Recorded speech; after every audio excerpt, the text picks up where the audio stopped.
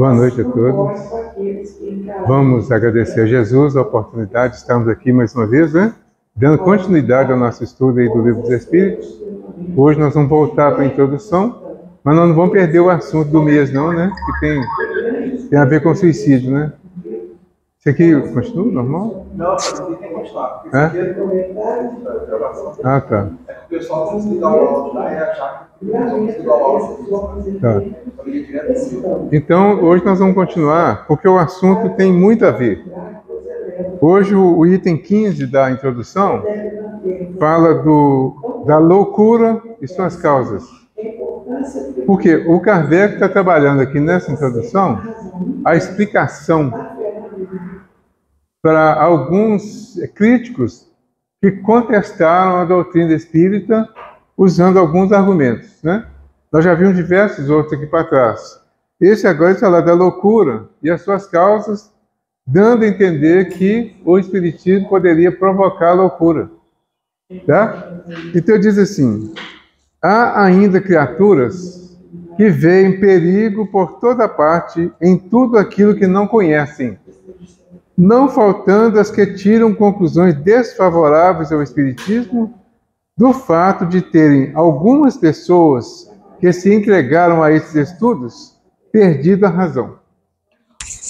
Como podem os homens sensatos aceitar essa objeção? Não acontece o mesmo com todas as preocupações intelectuais? Quando o cérebro é fraco? Conhece-se o número de loucos e maníacos produzidos pelos estudos matemáticos, médicos, musicais, filosóficos e outros? E devemos, por isso, banir tais estudos? O que provam esses fatos? Nos trabalhos físicos, estropiam-se os braços e as pernas, que são os instrumentos da ação material. Nos trabalhos intelectuais, estropia-se o cérebro, que é o instrumento do pensamento. Mas, se o instrumento se quebrou, o mesmo não aconteceu com o espírito. Ele continua intacto e, quando se libertar da matéria, não desfrutará menos da plenitude de suas faculdades. Foi no seu setor, como homem, um mártir do trabalho. Então, o que o Kardec fez aqui? Ele levantou a questão da loucura, que foi usada como argumento contra o espiritismo. Foi um dos argumentos, né? Aí ele fala da loucura, comparando, assim, de um âmbito mais geral, dizendo que em todas as outras funções onde as pessoas especialmente exageram, que há uma possibilidade de enlouquecer mesmo, de ter alguma dificuldade mental, né? Então, o que eu trouxe aqui? Algumas coisas que falam. Eu tenho um livro aqui, que é antigo, eu não sei o nome do livro não, porque eu não peguei o nome, eu peguei algumas partes dele sobre a loucura, que tem umas coisas nele aqui que não pode ser lido mais não. Porque já ficou tão antigo e já ficou ultrapassado, assim, algumas expressões. Aqui, por exemplo, tem homossexualismo. Aí, dependendo do lugar que você falar homossexualismo, isso pode ser apedrejado. Mas na época era comum, porque era considerado doença. Era considerado fora do natural. Quando você fala da loucura, esse autor diz assim: a loucura é um comportamento anormal. Primeiro ponto. Mas aí ele fala, normal ou anormal, no conceito popular, é aquele que age de acordo ou não com a maioria. É preferível usar os termos, então, ajustado ou desajustado, ao invés de normal ou anormal. Ajustado a alguma lei, alguma orientação. Desajustado em relação a essa orientação. Parece que fica um pouquinho mais leve, né? Aí ele fala, a neurose é uma das manifestações, uma das definições, ou um item que se usa como explicação da loucura. Aí fala assim, neurose são alterações funcionais do sistema nervoso central que provocam um desajustamento do indivíduo ao seu ambiente. Então, a neurose, alterações funcionais do sistema nervoso central. É só para a gente comparar. o que o Espiritismo poderia fazer contra o sistema nervoso central, considerando que uma das causas estaria relacionada com situações físicas, que aqui é o sistema nervoso que entrou em desajuste. As causas são muito variadas, as causas da neurose, que levaria à loucura, né? Então, ele fala assim, sintomas neuróticos, ansiedade, dificuldade de ajustamento emocional, fobias, os diversos tipos de medos exagerados que vão ser definidos como fobias. As compulsões.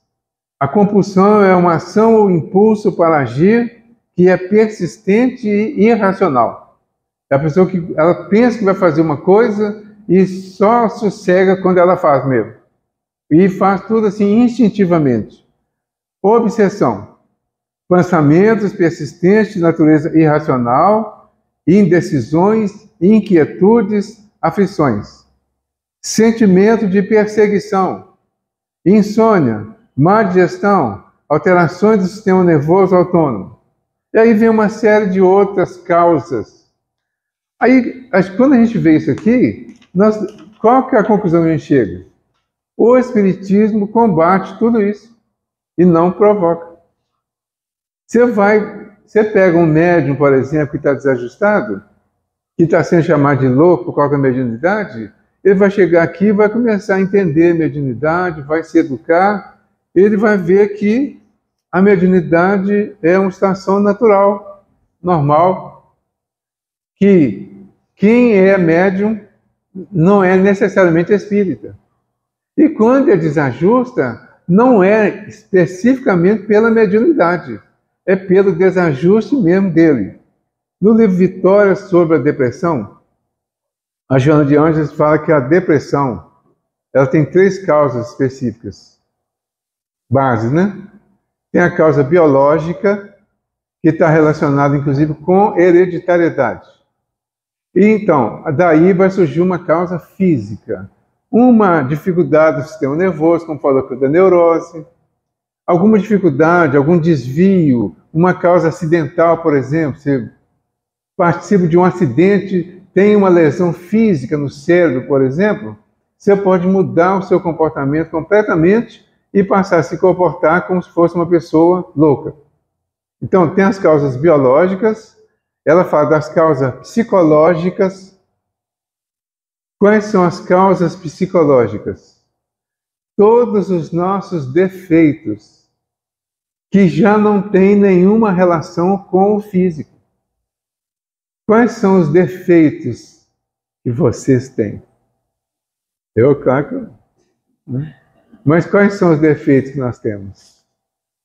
Nós ainda somos egoístas, ainda somos orgulhosos, ainda somos ciumentos, ainda somos avarentos, ainda somos apegados. Entenderam? Esses são os defeitos que ela chama de psicológicos, que estão registrados na nossa psique, na alma, lá na definição dos orientais, lá, né? Na psique, na alma. Uma versão um pouquinho diferente. Mas se a gente juntar tudo, a gente vê o André Luiz falar na divisão da casa mental, ele vai falar do inconsciente, do consciente e superconsciente, e vai falar que lá no inconsciente está o nosso passado. E o que é que vem do nosso passado nessa área? Uma série de questões para serem resolvidas, que não são físicas, certo? Que podem provocar algumas manifestações físicas, mas que não têm uma relação direta com o corpo físico, com o nosso organismo, porque são coisas da alma, do espírito, que estão lá no inconsciente, guardadinho lá. Né? Aí, os diversos psiquiatras do passado, e dentre eles, inclusive, Freud, né? Eles fazem definições muito diferenciadas da questão da loucura nesse sentido. A Joana de Ângeles traz as 3 causas: a biológica, a psicológica e a espiritual, que é a obsessão. A obsessão nas suas diversas gradações, que também é dividida em 3 partes. Né? Tudo dividido, né? Para facilitar o entendimento. Aí o Kardec, no Livro dos Médiuns, capítulo 23, né, ele fala da obsessão simples, fascinação e subjugação. A subjugação é uma influência espiritual das mais graves, que a pessoa perde o controle da própria vida e ela passa a ser governada por um outro espírito. A pessoa cede ao domínio de um outro espírito de tal forma que ele é levado, inclusive, ao suicídio. Então, quando você fala de causas da loucura, causas da obsessão, causas da depressão, então, tudo isso é relacionado com as causas do suicídio, que é o tema que a gente está tratando esse mês.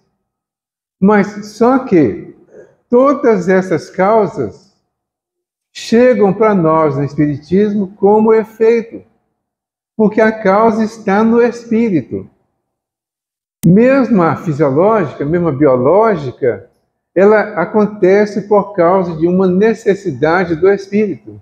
Ele precisa de um sistema nervoso desajustado para ele fazer correções na sua condição espiritual, nos seus resgates lá do passado. O Espiritismo tem noção, consciência e certeza disso e ajuda as pessoas nesse sentido, para corrigir e não para acentuar mais.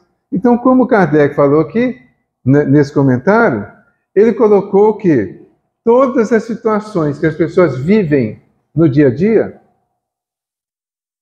podem causar algum desajuste de comportamento. Qualquer excesso pode causar um desajuste. Qualquer excesso. Se você usa muita droga para mais ou para menos, né? Não, droga para menos, quanto menos melhor, né? Mas se a droga for medicamento, se você não usar, você vai causar um desajuste, pode piorar tudo. Então, o uso indevido da droga, especialmente a droga ilegal, a Tatiana já falou bastante aqui do alcoolismo, né? Então, o alcoolismo, um gole tem problema? Não. Ontem foi Dia Mundial da Cachaça, né? Foi, João? Dia Mundial da Cachaça ontem.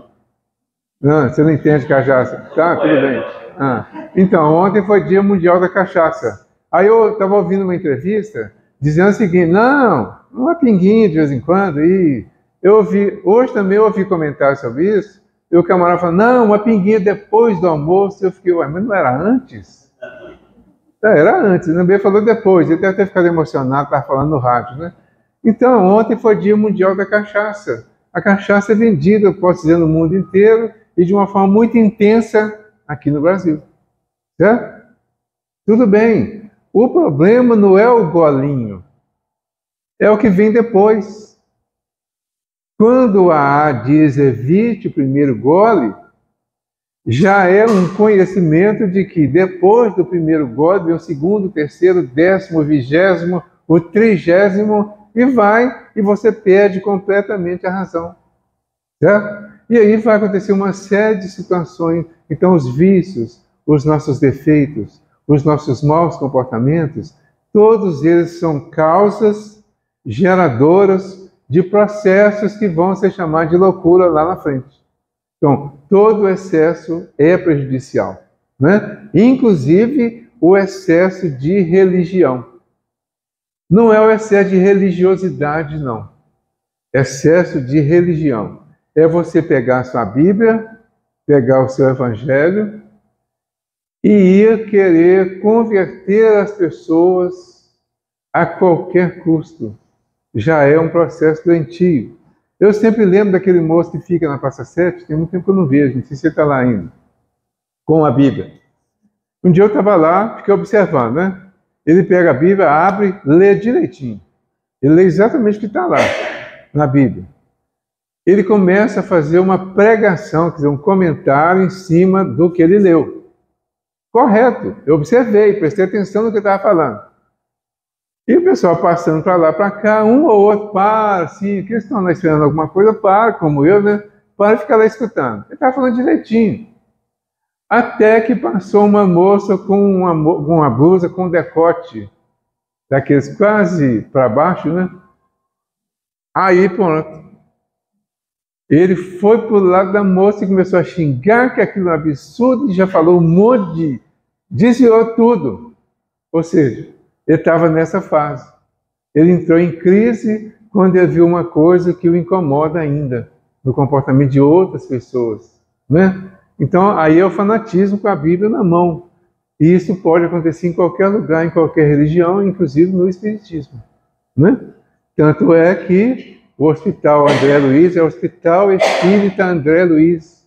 No plano espiritual, o Eurípides Bassanufo pediu que se construísse um hospital psiquiátrico espírita no plano espiritual, para tratar dos espíritas que entraram nesses processos mais avançados, que a gente chama aqui de loucura.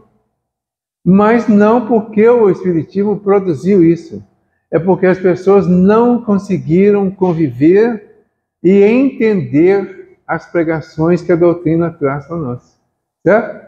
Se nós entendêssemos a doutrina com tranquilidade, pregássemos o Evangelho, estudássemos o Evangelho, dessemos o tempo necessário para a gente se adaptar ao ensinamento, ao novo ensinamento, e iniciar a transformação, aí seria bem equilibrado. E é isso que Deus espera de nós. Não espera grandes passos, grandes evoluções exageradas. A natureza não dá salto. Nós somos natureza. Nós estamos na natureza. Então, o que eu fazia até agora, e que eu achava que estava certo, eu não posso, a partir de agora, mudar e fazer exatamente o contrário. Dependendo, algumas coisas dá, quando você está consciente que já pode. Mas tem muitas coisas que a gente não consegue fazer de hoje para amanhã, e nem é necessário. É fazer a partir de hoje. O bom ladrão está lá com Jesus na cruz, o Dimas, né? E pede a Jesus para lembrar dele quando chegasse no paraíso. E Jesus fala com ele, em verdade te digo, hoje estarás comigo no paraíso. Né? Eu gosto dessa passagem, viu repetindo. Sim.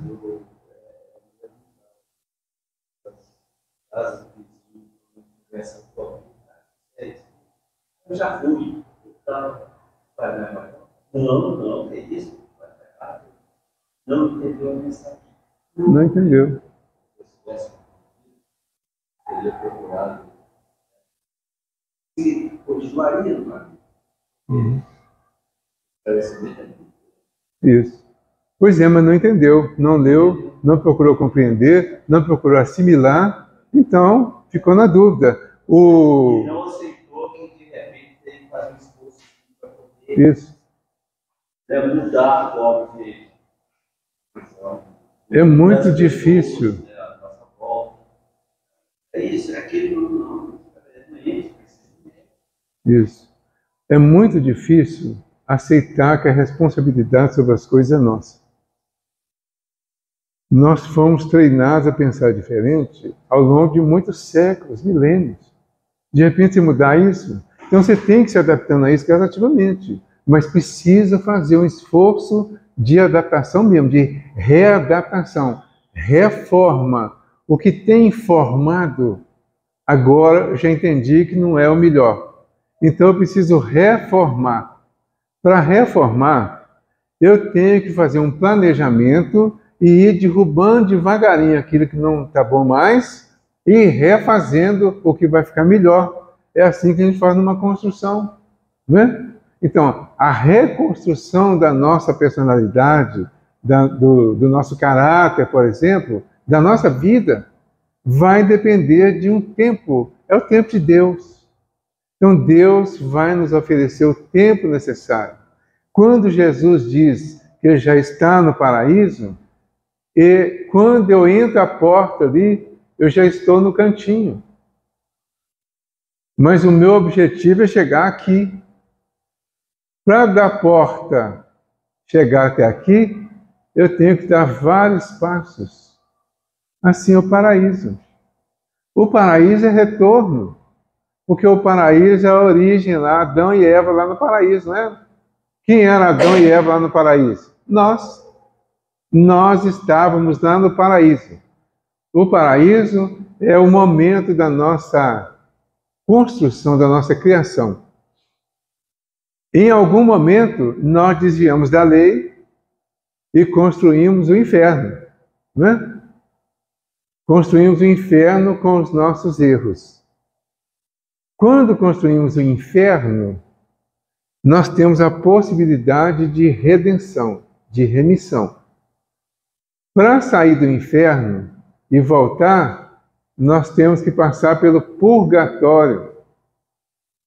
Tá? Passar pelo purgatório é expurgar todas as vibrações relativas aos nossos erros lá do passado. Para expurgar, nós vamos ter que passar por diversas situações aqui, doentias, no corpo, na alma, na vida, no psicológico, né? Que hoje está muito comum. Nós vamos passar por cada dor, por cada dificuldade, nos purificando gradativamente. É o purgatório. Depois que você passa pelo purgatório, fazendo aquele conserto, né? Fazendo a remissão, e se preparando, você vai chegar à expiação, que é a fase final do seu processo e é a conclusão da conquista do paraíso. Aí agora o paraíso, o que Adão chamou lá de paraíso, Jesus chamou de reino dos céus. A conquista do reino dos céus é a conquista daquele lugar que Jesus veio ensinar para nós, que existe dentro de nós. Então é um processo. Você saiu de um lugar, poderia ter caminhado em linha reta para atingir o objetivo. Mas você desviou, usou o livre-arbítrio, desviou. Quando você desviou, você tem que voltar. Para voltar, tem que consertar. Se você não resiste à provação, à prova, à expiação, você complica mais ainda. É quando suicida. Quando a vida te aperta demais, e você acha que não tem solução nenhuma, não consegue ver, o que muita gente faz? Suicida. 1 milhão de mortes por suicida no mundo por ano. Sim. Não. Em relação a essa questão, que trata, não trata a causa, né? A coisa bem. Sim. Aquilo que a gente tem até vários exemplos. Tinha uma moça que era super alegre, trabalhava, e era super ativa, conversava com todo mundo que conhecia e tal, não vou ficar muito. Mas, e começou a fazer um tratamento para a depressão. Hoje, você olha nela, tem a como buscar ela, fazer um tratamento, leva ela, você só um tratamento médico. Não tem tratamento médico. Ela já até chegou a conclusão, mas acho que não tinha condição psicológica de entender a verdade, né? Sim. E aí, hoje você olha ela aqui, um outro ser humano que ela é, ela fica sentindo babando, acho que ela não fica assim. Psicologicamente, ela não está nem nesse mundo mais. E assim, vejo isso refletido em vários tratamentos de depressão. Eu não sei o que aconteceu com ela, o que aconteceu na vida dela que causou isso. Mas eu sei que hoje eu olho para ela, assim, eu faço as orações e você passa um movimento, ela nem te conhece. Então, o tratamento dos médicos aqui para uma pessoa que tem depressão, como assim, faz vários exames, não aparece, você não sabe de urina, de tudo, não tem um tratamento específico, porque tem que tratar os tipos também. Sim. Então, é aquela coisa assim, até a gente fica em depressão olhando para ela, como essa pessoa pode ter sido daquele jeito e hoje está desse jeito? Então, as causas não são 3 da depressão? A biológica, a psicológica e a espiritual. Está tratando de qual? Da biológica. Está faltando a psicológica e a espiritual. Aí, para tratar de cada uma delas, a pessoa precisa estar em condições de tratamento. Aí, chega um ponto, e às vezes se permite chegar a um ponto, que a pessoa não consegue mais assimilar o tratamento para externar fisicamente. Mas o espírito, quando é lida uma mensagem, é feita uma oração, quando tem uma orientação específica, o tratamento espiritual está acontecendo. O espírito está assimilando. Nessa encarnação, a pessoa já perdeu, às vezes, fisicamente, a condição de recuperação. Mas ela vai desencarnar, falou aqui, né, que o que vai permanecer, o corpo vai morrer, vai enlouquecer, mas o espírito vai continuar e vai reaprender, vai renascer e vai ter a oportunidade de refazer tudo aquilo que ele não conseguiu fazer antes por causa da condição do corpo. Então, tem situação que não tem uma solução aos nossos olhos aqui, porque a gente só vê mais o físico. Mas, se você lê uma mensagem, se você faz uma oração, se você conversa, faz o bem para essa pessoa de alguma forma, como espírito ela está assimilando tudo. Como personagem, o corpo perdeu as condições. O sistema nervoso já está arrebentado por medicamento, inclusive, está às vezes com excesso de medicamento. Um excesso entre aspas, né? Pela necessidade que a pessoa tem de não se permitir fazer coisa pior. Né? Então, tudo isso tem que ser considerado. E é o que tem sido feito. O efeito é a manifestação do comportamento e no físico, é o efeito. A causa está no espírito. Então, o espírito está sendo tratado pelo medicamento, pela mudança que se faz em torno dessa pessoa, porque o espírito está registrando tudo isso. E pelas orientações que são dadas. Então, o tratamento de alguma forma acontece. Mas eu percebo que, eu sei que não existe, não tem condições de dois espíritos habitar no mesmo corpo. Mas a sensação que eu tenho, como pessoa assumir a personalidade dela, você imagina a personalidade dela é outra pessoa, é outro espírito. É possível, é a subjugação. Então, esse é um dos efeitos. A obsessão é efeito. Obsessão simples, fascinação e subjugação é efeito. A causa está no espírito que está se submetendo a isso. Só que quando chegou nessa fase mais avançada, o espírito já cedeu tudo. Ele já perdeu todas as condições de resistência.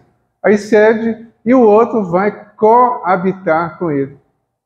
Os dois vão habitar juntos, né? Aquele mesmo corpo. O outro não entra no corpo, não assume 100% o corpo, mas assume a mente do dono do corpo e faz com que ele responda aquilo que é mandado. E tudo isso vai caracterizar a loucura, e isso não foi feito pelo Espiritismo. Que a nossa defesa aqui está sendo essa, né? O Espiritismo não proporciona isso, pelo contrário. Ele proporciona a possibilidade da pessoa fazer os 3 tratamentos, porque nós orientamos que a pessoa faça o tratamento médico, psiquiátrico, psicológico, que faça a reforma íntima através do entendimento do Evangelho e faça o trabalho espiritual para combater a obsessão, para mudar a obsessão. Hoje vai falar sobre a prece. A prece é um dos principais antídotos contra a depressão, contra a obsessão, contra tudo isso.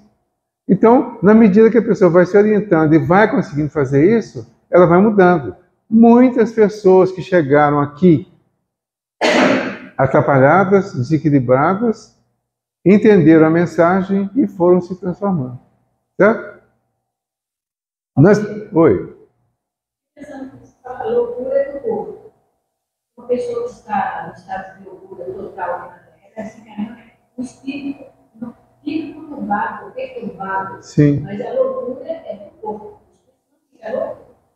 O espírito vai conviver com a dificuldade do corpo, mas ele vai ter condições, assim que ele voltar à vida espiritual, ele vai ter uma condição de reequilíbrio, dependendo do quanto ele se envolveu com aquela dificuldade.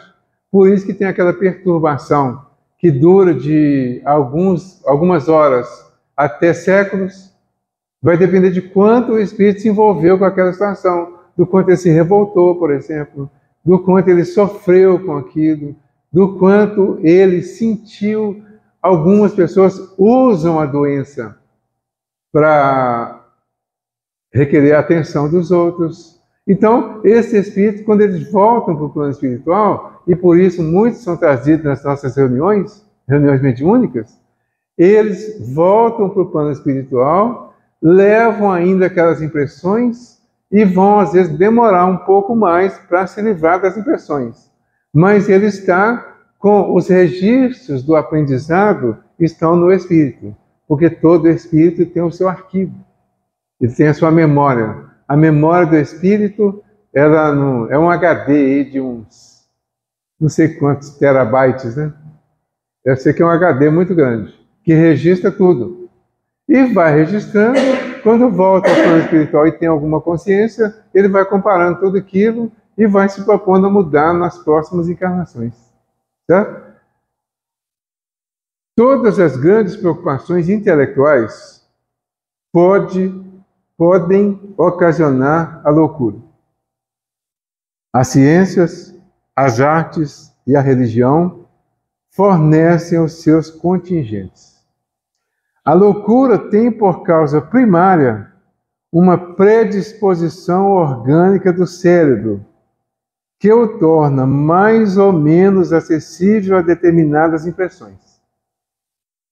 Havendo essa predisposição à loucura, ela se manifestará com o caráter da preocupação principal do indivíduo, que se tornará uma ideia fixa.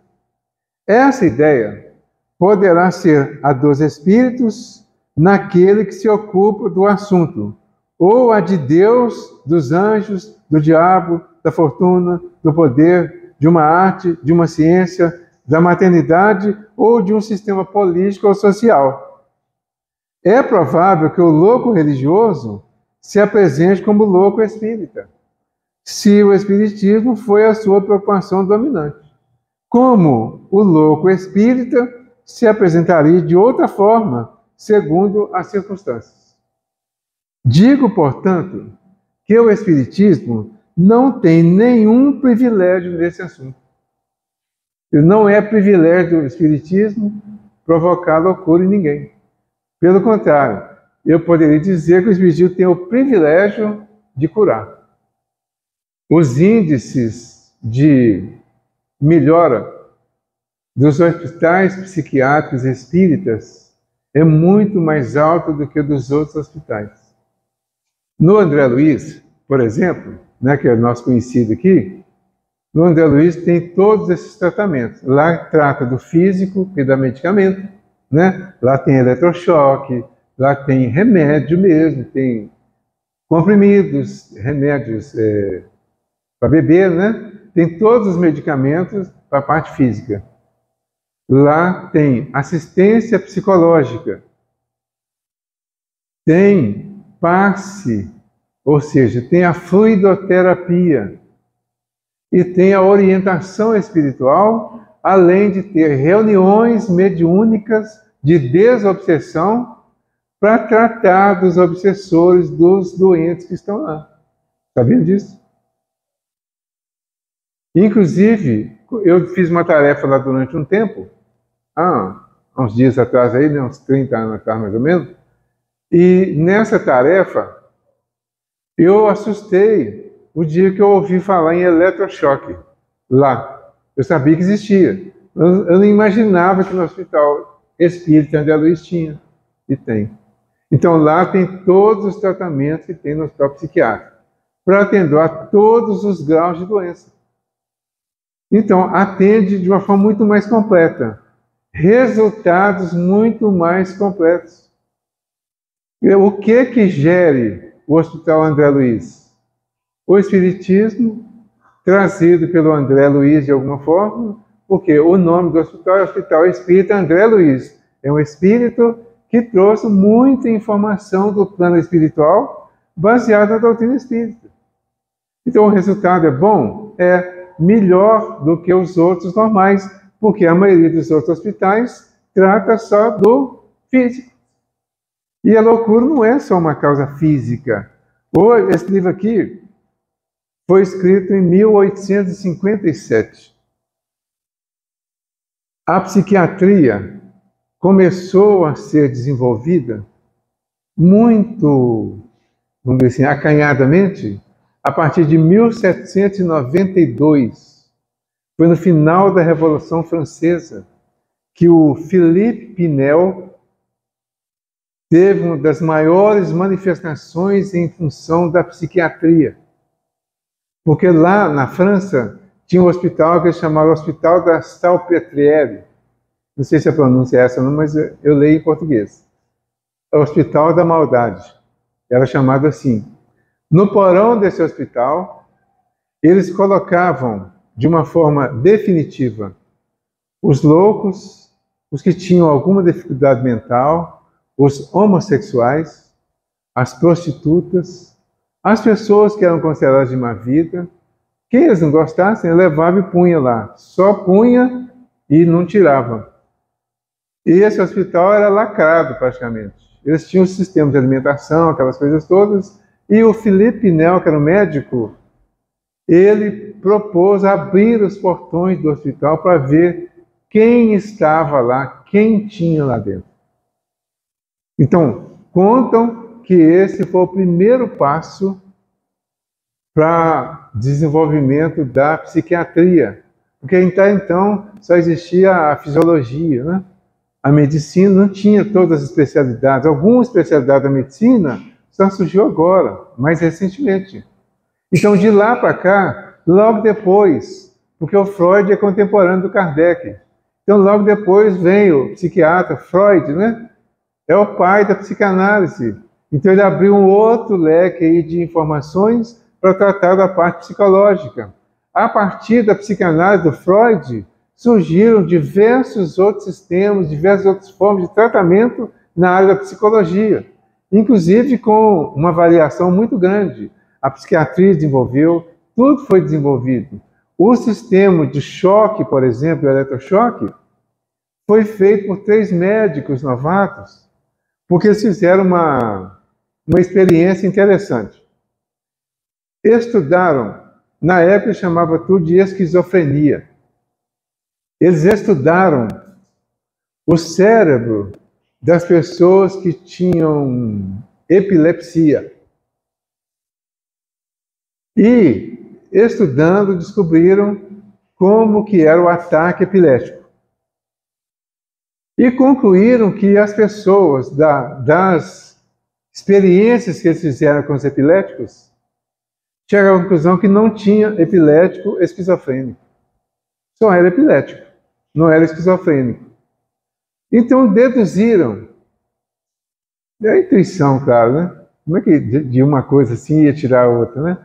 Eles deduziram que se provocasse num paciente esquizofrênico o mesmo efeito da epilepsia, ele poderia ser curado da esquizofrenia. E isso foi feito e deu certo. Quer dizer, a ciência experimenta e quando passa de 50% é considerado acerto, né? Experimentaram, fizeram os aparelhos lá para provocar o choque, para provocar o efeito epilético no cérebro da pessoa e deu certo. Para muita gente deu certo. Por isso que existe o eletrochoque. Então ele é um tratamento. Hoje está mais aperfeiçoado, menos utilizado, porque antes é claro que usaram indevidamente, né? Usaram para prejudicar, para vingar, para maltratar pacientes. É uma outra época isso, né? A época de Barbacena, por exemplo, isso foi muito usado, né? Mas é tratamento. Então teve a sua finalidade. Depois foram mudando, descobrindo novos medicamentos, novos tratamentos. A psicologia ampliou, a psicanálise se abriu mais, abriu para outros espaços, novos psicanalistas, psiquiatras, trabalhadores dessa área aí surgiram e abriram um leque muito grande para o tratamento psicológico das pessoas, né? E daí tudo vem sendo tratado dessa forma. Mas isso foi outro dia mesmo. Isso foi século 1792, foi século XVIII. O século XIX veio e ampliou muita coisa. O XX ampliou mais, o XXI, estamos agora no XXI, né? É 21 ainda. É. Então, o século XXI tende a melhorar mais ainda. É o aperfeiçoamento de muita coisa que foi começado naquela época. O Espiritismo hoje está na fase do entendimento. Então hoje nós já não precisamos discutir esses assuntos, porque hoje as pessoas já não usam mais assim, como naquela época, os cientistas da época usaram esses argumentos contra o Espiritismo. Hoje já nem tanto, usa ainda, mas já nem tanto, porque os religiosos de hoje, os cristãos de hoje de outras crenças, ainda combatem o Espiritismo como coisa do demônio. Alguns psiquiatras combatem o Espiritismo porque chegou-se à conclusão que quem procura o Espiritismo consegue se curar. E aí perde-se o paciente. Tudo isso são as questões humanas que ainda existem e fazem parte de um processo de evolução e de aperfeiçoamento, né? Nós temos que compreender, claro que já sabemos que ninguém é vítima dessas coisas por acaso. O escândalo é necessário, como disse Jesus, mas ai daquele por quem o escândalo vier. Porque o psiquiatra hoje, que utilizar indevidamente o seu conhecimento, as suas experiências, o seu material, para vingar, para prejudicar, para ganhar dinheiro, com certeza ele será o paciente da próxima encarnação. O paciente psiquiátrico com a dificuldade mental que ele mais explorou, né? Então a gente sabe que tudo isso está dentro das nossas provas, provações e expiações, e vamos fazer a nossa parte. A nossa parte é fazer o bem, na medida das nossas forças, o máximo possível. Então, digo, portanto, o Espiritismo não tem nenhum privilégio nesse assunto de provocar a loucura. E vou mais longe. Digo que o Espiritismo bem compreendido é um preservativo da loucura. O Espiritismo bem compreendido é um preservativo da loucura. No Evangelho segundo o Espiritismo, capítulo 5, item 14. Item 14. O suicídio e a loucura é o título. Né? 17.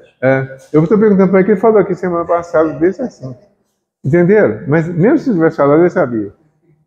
Então, o suicídio e a loucura, está lá. O que vai mostrar lá? Se nós compreendermos realmente a mensagem do Evangelho por essa visão que o Espiritismo traz, isso vai facilitar a nossa compreensão, vai mudar o nosso comportamento e vai nos poupar do suicídio e da loucura. Porque nós vamos nos tornar pessoas melhores, mais tranquilas, mais calmas, menos ansiosas, menos agressivas, menos birrentas, né? E aí sim, nós vamos ter esse, que ele falou aqui, esse preservativo aqui, ó. O Espiritismo não tem nenhum privilégio no assunto da loucura. E vou mais longe, diz aqui o Kardec. Digo que o Espiritismo bem compreendido é um preservativo da loucura. O que nós temos que fazer então, gente? Nos preservar da loucura, compreendendo o Espiritismo, que nos leva a compreender a doutrina de Jesus. O Espiritismo facilita o entendimento do Evangelho. Então, a cura está aí desde 2000 anos atrás. Mas muita coisa não foi bem compreendida, muita coisa foi mal interpretada e mal informada, né? Agora vem o Consolador prometido por Jesus e traz para nós a orientação de uma forma muito mais ampla, muito mais clara, que dá para a gente entender e dá para a gente fazer, que é o mais importante. Entender e vivenciar de acordo com o que foi ensinado. O resumo de tudo isso é: É só começar a ser bom cada vez melhor. Aí nós vamos chegar lá. Quem faz a prece? Você ou eu? Eu? Então nós vamos fazer a nossa prece hoje, lembrando aquele pedido sobre a campanha do Setembro Amarelo, de que nós possamos estender as mãos a uma pessoa que esteja com alguma dificuldade nessa área da depressão, principalmente, e se não pudermos estender a mão, que nós façamos uma prece para as pessoas que estão com dificuldade e para aquelas que já não conseguiram e cometeram suicídio. Que nós possamos fazer uma prece respeitosa, amorosa, esperançosa, passando consolo, orientação e vibração boa para essas pessoas, sem censura, sem cobrança, sem condenação. Porque todos nós já praticamos algum erro, algum engano, e estamos aqui aproveitando a oportunidade que Deus nos concedeu, né? Jesus amigo, nós agradecemos por este momento, pela possibilidade que temos de estar aqui, orando por nós mesmos e por todos aqueles nossos irmãos que passam pelas dificuldades na área da saúde mental. E é exatamente essa área da saúde mental, ou da falta da saúde mental, que leva ou levou muitos dos nossos irmãos em humanidade a praticarem o suicídio e a encontrarem um sofrimento proporcional à consciência e à forma com que praticaram. Permita, Jesus, que possamos respeitá-los, amá-los, compreendê-los dentro das nossas possibilidades, sem julgamento, sem condenação, sem crítica, sem desespero, com muito amor, com muita possibilidade de fazer com que todos possam se reconciliar com a vida e voltar a refazer a vida através de novas encarnações, onde todos nós nos recuperaremos e encontraremos, enfim, aquele paraíso que um dia foi perdido por nós, que Jesus chamou de Reino dos Céus. Obrigado, Senhor. Obrigado pela existência desse cantinho. Obrigado por todos aqueles que colaboraram para que nós pudéssemos estar aqui hoje, tanto encarnados quanto desencarnados. Deus nos abençoe hoje e sempre, que assim seja.